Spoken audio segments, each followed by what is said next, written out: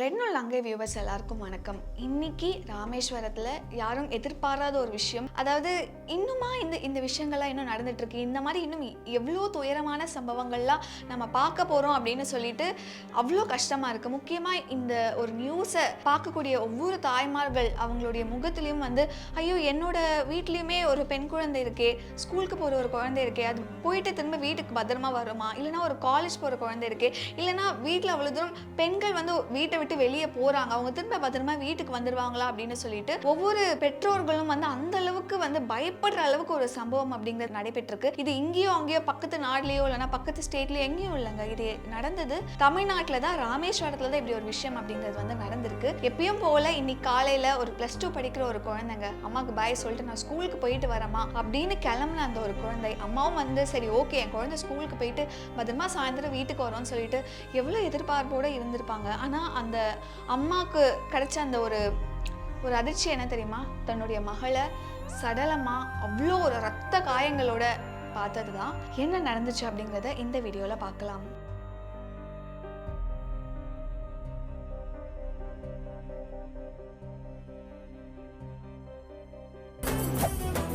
மெரிபா paneer soda, I trust மெரிபா.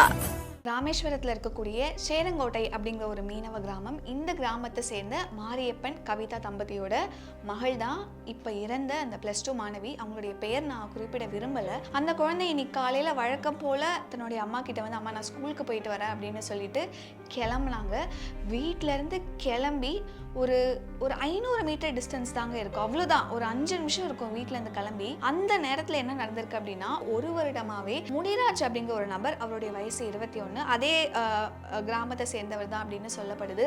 அவர் இந்த பெண்ணை ஒரு வருஷமாக ஒருதலை காதல் அப்படிங்கிறது பண்ணியிருக்காரு. அதாவது பயங்கரமாக துரத்தி பிளாக்மெயில் பண்ணி நீ என்னை லவ் பண்ணணும்னு சொல்லி அவ்வளோ தூரம் அந்த பொண்ணு டார்ச்சர் பண்ணியிருக்காங்க. அண்ட் இன்னொரு விஷயம் என்ன கேள்விப்பட முடியுது அப்படின்னா, அந்த பொண்ணு கம்ப்ளைண்ட் பண்ணியிருந்திருக்காங்க வீட்டில், இந்த மாதிரி ரொம்ப என்ன டார்ச்சர் பண்ணுறாருப்பா அப்படின்னு சொன்ன உடனே அவங்க அப்பா உடனே அந்த பையனோட வீட்டுக்கு போய் இந்த மாதிரி என் பொண்ணு பின்னாடி சுத்தாது, அவளுக்கு பிடிக்கல, விட்டுரு அப்படின்னு சொல்லி வார்ன் பண்ணிட்டு வந்திருக்காருங்க. வார்ன் பண்ணிட்டு ஒரு சில நாட்கள்லேயே இப்படி ஒரு விஷயம் அப்படிங்கிறது நடைபெற்றிருக்கு. இன்றைக்கி காலையில் வழக்கம் போல் அவங்க கிளம்பி ஸ்கூலுக்கு போயிருக்காங்க.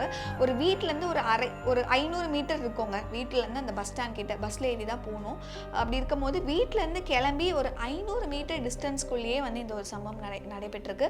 அந்த முனிராஜ் அப்படிங்கிற நபர் ஏற்கனவே ரொம்ப பிளான் பண்ணி கையில் அந்த கத்தியோடலாம் அங்கே வெயிட் பண்ணிட்டு இருந்திருக்காரு. மறுபடியும் வழக்கம் போல் அந்த குழந்தைகிட்ட போயிட்டு இந்த மாதிரி நீ என்னை லவ் பண்ணணும், நீ ஒத்துக்கணும், நீ அக்செப்ட் பண்ணிக்கோ அப்படின்னு சொல்லிட்டு ஃபோர்ஸ் பண்ணுறாங்க. அண்ட் அந்த பொண்ணு இல்லை முடியவே முடியாது அப்படின்னு சொல்லிட்டு நிராகரிக்கிறாங்க. என்ன எப்படி நீ நிராகரிக்க முடியும் அப்படின்னு சொல்லிட்டு அவ்வளோ ஒரு கோவரத்தோட, அப்படி ஒரு வக்கரத்தோட என்ன பண்றாருன்னா, தன்னுடைய கையில இருக்கக்கூடிய கத்தி எடுத்து அந்த குழந்தையோட கழுத்துல குத்துறாருங்க. அது என்ன அப்படின்னா, அந்த ஒரு சம்பவம் நிகழ்ந்ததுக்கு அப்புறம் பார்த்தவங்களாம் அந்த ஒரு விஷயத்த சொல்றாங்க. அந்த கத்தி குத்துனது இருக்கு இல்லையா, ஒரு சைடு தொண்டையில குத்துனது, இன்னொரு சைடு வெளியே வர அளவுக்கு அவ்வளோ ஒரு கோவத்தோட வன்மத்தோட அந்த பையன் அந்த குழந்தைய குத்திருக்காங்க. அந்த இடத்துலயே அவ்வளோ ரத்தம் போக அந்த குழந்தை அங்கேயே இறந்துருச்சு. அந்த சம்பவம் நடக்கிறதுக்கு முன்னாடி அந்த பெண்ணும் அவங்களுடைய தோழியும் நடந்து போறாங்க. பின்னாடி அந்த நபர் ஃபாலோ பண்ணிட்டு வராரு. அது எல்லாமே ஒரு நபர் போட்டோ எடுத்திருக்காரு. அந்த ஒரு விஷயமுமே வைரல் ஆயிட்டு இருக்கு. ஆனா யார் அந்த போட்டோவை எடுத்தாங்க அப்படிங்கிறது இன்னும் தெரிய வரல. அண்ட் இந்த ஒரு சம்பவம் நடந்து முடிஞ்சதுக்கு அப்புறம் அலறல் சத்தம்லாம் கேட்டு என்ன ஆகுது அப்படின்னா, ஊர் மக்கள் எல்லாருமே வராங்க. அண்ட் கூட இந்த தோழி தான் போய் வேகமாக ஓடி போய் அங்கே இருக்கவங்க எல்லாருமே கூப்பிடுறாங்க. அங்கே வந்ததுமே கிட்டத்தட்ட அவங்க இறந்துட்டாங்க. பட் இருந்தாலும் ஏதாவது ஒரு மிராக்கல் நடந்துடாதா அப்படின்னு சொல்லிட்டு உடனே ஆம்புலன்ஸ்க்கு கால் பண்ணுறாங்க. ஆம்புலன்ஸ் வரலை அப்படின்னு சொல்லிட்டு தான் அங்கே இருக்கக்கூடிய ஊர் மக்களும் உறவினர்களும் ஒரு குற்றச்சாட்டாக வைக்கிறாங்க. அதுக்கப்புறம் வேற என்ன பண்ணுறது, உடனே குழந்தையோட உயிரை காப்பாற்றணுமே அப்படிங்கிறதுக்காக ஒரு 2 வீலருங்க, ஒரு பைக்கில் உட்கார வச்சு அந்த குழந்தைய ராமேஸ்வரத்தில் இருக்கக்கூடிய அரசு மருத்துவமனைக்கு கூட்டிகிட்டு போகிறாங்க. அங்கே அவங்கள பரிசோதிச்ச டாக்டர் இல்லைம்மா குழந்தை ஏற்கனவே இறந்துச்சு அப்படின்னு சொல்றாங்க. எல்லாருக்குமே ஒரு மிகப்பெரிய ஒரு பேரதிர்ச்சி. அந்த குழந்தையோட அம்மா உறவினர்கள்லாம் அவ்வளவு தூரம் கதறாங்க அங்க உட்காந்து, அதெல்லாம் பார்க்க முடியல. இன்னொரு விஷயம் என்ன அப்படின்னா, அவங்க அம்மா அங்க கதறிட்டு இருக்காங்க. ஒரு ஹாஸ்பிட்டல்ல நீங்க அதை பார்க்கும்போது உட்காந்து அவங்க அம்மா அழுதுட்டு இருக்காங்க. சுத்தி இருக்கக்கூடிய ரிலேட்டிவ்ஸ் எல்லாம் அவங்களுக்கும் அந்த வருத்தம் அப்படிங்கிறது இருக்கு.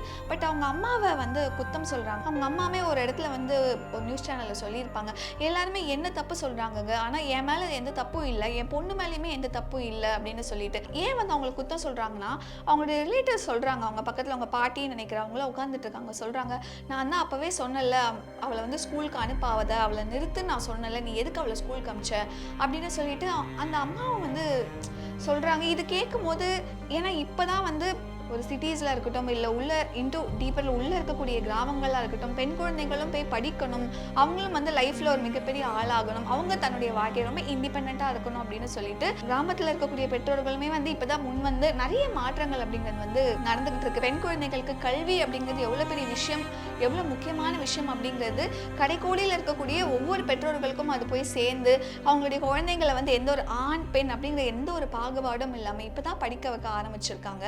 அப்படி இருக்கும்போது இந்த வார்த்தைகள்லாம் சொல்லி புரியுது, அந்த உறவினர்களுக்கும் அந்த வலி அப்படிங்கிறது இருக்கும். பட் அப்படி ஒரு அம்மாவை அப்படி சொல்லும் போது பார்க்கும்போது மறுபடியும் பழைய நிலை அப்படிங்கிறது, அதாவது எதுக்கு அந்த பெண் குழந்தை எதுக்கு படிக்க வைக்கணும், எதுக்கு அனுப்பணும், சேஃப்டி இல்லை, இந்த மாதிரி ரீசன்ஸ்னால மறுபடியும் வீட்டுக்குள்ளேயே முடக்கி போட்டுருவாங்களோ அப்படிங்கிற ஒரு பயம் அந்த வீடியோவை பார்க்குற ஒவ்வொருத்தவங்களுக்கும் இருந்தது. எனக்குமே அந்த ஒரு விஷயம் இருந்தது. அவங்க அம்மா அவ்வளோ தூரம் கதறி அழுறதெல்லாம் பார்க்கும்போது ரொம்ப கஷ்டமாக இருந்துச்சு. அந்த ஒரு விஷயங்களை பார்க்கும்போது இப்போ வரைக்கும் வந்து அந்த இறந்த குழந்தையோடைய உறவினர்களாக இருக்கட்டும், அங்கே இருக்கக்கூடிய ஊர் மக்களாக இருக்கட்டும், எல்லாரும் ஒரு மிகப்பெரிய மறியல் போராட்டத்தில் வந்து ஈடுபட்டிருக்காங்க. ஏன் அப்படின்னா அந்த குற்றவாளிக்கு வந்து ஒரு தகுந்த தண்டனை அப்படிங்கிறது கொடுக்கணும் அப்படின்ட்டு.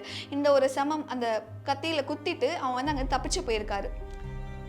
மரியாதை கூட கொடுக்க தேவையே இல்லை அந்த ஆளுக்கு. அந்த கொடூர அங்கேருந்து வந்து தப்பிச்சு போயிருக்கான். அங்கே இருக்கக்கூடிய அந்த கடற்கரை ஓரமாக வந்து மறைஞ்சு உட்காந்துருக்கான். அதுக்கப்புறம் போலீஸார் வந்து போய் அவரை அரெஸ்ட் பண்ணிட்டு அங்கே இருக்கக்கூடிய போலீஸ் ஸ்டேஷனில் வந்து அவரை வச்சிருக்காங்க. இப்போ என்ன ஆகுது அப்படின்னா, இந்த கோவத்தில் எப்படி, ஏன்னா ஒரு குழந்தைங்க +2 படிக்கிற குழந்தை என்ன தெரியும், அது பாட்டுக்கு ஸ்கூலுக்கு கிளம்பி போயிட்டு இருக்க வழியில் இப்படி ஒரு விஷயம் நடந்திருக்குன்னு உடனே அவங்களுடைய பெற்றோர்களாக இருக்கட்டும், உறவினர்களாக இருக்கட்டும், அங்கே இருக்கக்கூடிய அந்த மீனவ கிராமத்தை சேர்ந்த அந்த மக்களாக இருக்கட்டும், எல்லாருமே ஒன்று கூடி அந்த போலீஸ் ஸ்டேஷனை வந்து முற்றுகையிட்டு இருக்காங்க. ஏன் அப்படின்னா அரெஸ்ட் பண்ணி அந்த கொடூரனை உள்ளதான் வச்சிருந்திருக்காங்க. அவரை போய் அடிக்கணும், எங்களாம் அவங்கள பார்க்கணும் அப்படின்னு சொல்லிட்டு தாக்கிறதுக்காக அங்கே வந்து நின்றுட்டு இருக்கும் போது போலீஸார் அவங்கள தடுத்து நிறுத்தி போலீஸ் ஸ்டேஷனே கிட்டத்தட்ட ஒரு பதற்றமான சூழ்நிலைக்கு உள்ளாயிடுச்சு அப்படின்னு தான் சொல்லணும். அதுக்கப்புறம் உடனே அங்கே இருக்கக்கூடிய போலீஸ் வந்து அந்த ஜன்னல், அந்த டோர், அது எல்லாத்தையுமே மூடிருந்தாங்க. பிகாஸ் அந்த அளவுக்கு ஒரு ஆவேசமாக அங்கே இருக்கக்கூடிய அந்த மக்கள் வந்து முற்றுகை போராட்டத்தில் வந்து ஈடுபட்டிருந்தாங்க. அதுக்கப்புறம் இப்போ வந்து ராமநாதபுரம் அரசு மருத்துவமனையில் தான் வந்து அந்த குழந்தையுடைய உடல் அப்படிங்கிறது வந்து பிரேத பரிசோதனைக்காக அங்கே வைக்கப்பட்டிருக்கு. இப்போ அந்த மருத்துவமனைக்கு வெளியே அந்த கிராம மக்கள் எல்லாருமே போராட்டத்தில் வந்து இருக்காங்க.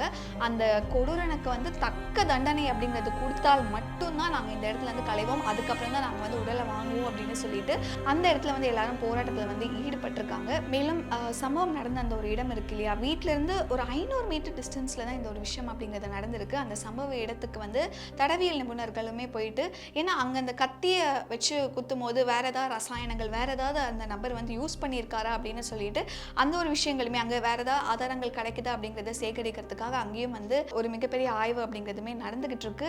இப்போ வரைக்கும் கிடைத்த அந்த ஒரு வாக்குமூலம் இது வந்து கிட்டத்தட்ட ஒரு ஒருதலை காதல் அப்படின்னு சொல்லப்படுது. ஒரு வருஷமா இந்த நபர் வந்து அந்த +2 படிக்கிற அந்த பொண்ணை வந்து துரத்தி இந்த மாதிரி என்னை லவ் பண்ணு அப்படின்னு சொல்லிட்டு டார்ச்சர் பண்ணியிருக்காரு. அந்த குழந்தையும் வந்து இல்லை வேணான்னு எவ்வளோ தூரம் நிராகரிச்சுமே இவர் வந்து அந்த ஒரு கோபத்தில் எப்படி நீ என்னை வேணாம் அப்படின்னு சொல்லுவ அப்படின்னு அந்த ஒரு கோபத்தில் தான் இப்படி ஒரு கொடூரமான ஒரு வெறி செயலுங்க இதை வந்து அரங்கேறி இருக்காரு. அண்ட் மேலும் கண்டிப்பாக இந்த ஒரு விஷயத்துக்கு அப்புறம் நிறைய பேருக்கு வந்து நான் ஏற்கனவே சொன்னாமே ஒரு பயம் அப்படிங்கிறது ஏற்படும். இப்போ இதை பார்த்துட்டு இருக்கக்கூடிய தாய்மார்களாக இருக்கட்டும், பெற்றோர்களாக இருக்கட்டும், என்னோட வீட்லேயும் குழந்தை இருக்கே, அது வீட்டுக்கு போயிட்டு பத்திரமா திரும்ப வரத்துக்குள்ளே என்னென்ன நடக்குமோ பயமாக இருக்குது அப்படின்னு சொல்லிட்டு ஒவ்வொருத்தவங்களுக்குமே கிட்டத்தட்ட ஒரு நடுக்கத்தை ஏற்படுத்தக்கூடிய ஒரு விஷயமா தான் இருக்குது. மேலும் பல அரசியல் தலைவர்களுமே வந்து இந்த ஒரு நிகழ்வுக்கு வந்து அவங்களுடைய கண்டனத்தை வந்து தெரிவிச்சிட்டு இருக்காங்க. பொதுமக்களுமே நிறைய பேர் வந்து கண்டிப்பாக குற்றவாளிக்கு தகுந்த தண்டனை அப்படிங்கிறது கொடுக்கணும்னு சொல்லிட்டு அவங்களுமே வந்து நிறைய விஷயங்கள் சொல்லிட்டு இருக்காங்க. அண்ட் மேலும் இந்த கேஸ் அப்படிங்கிறது இதுக்கப்புறம் நடக்கக்கூடிய அந்த ஃபர்தர் இன்வெஸ்டிகேஷன் பொறுத்தும், மேலும் இன்னும் அந்த குழந்தையோட போஸ்ட்மார்ட்டம் அப்படிங்கிறது முடியல, அந்த ரிப்போர்ட்டை வச்சோம்னா இதுக்கப்புறம் இந்த கேஸ் அப்படிங்கிறது எப்படி மூவ் ஆகும்னு நமக்கு தெரிய வரும். அண்ட் முக்கியமாக இந்த ஒரு குற்றவாளிக்கு என்ன ஒரு தக்க தண்டனை வந்து கொடுக்கணும் அப்படின்னு நீங்கள் நினைக்கிறீங்க அப்படிங்கிறத கமெண்ட்ல மென்ஷன் பண்ணுங்க. மெரிபா பன்னீர் சோடா, I trust மெரிபா.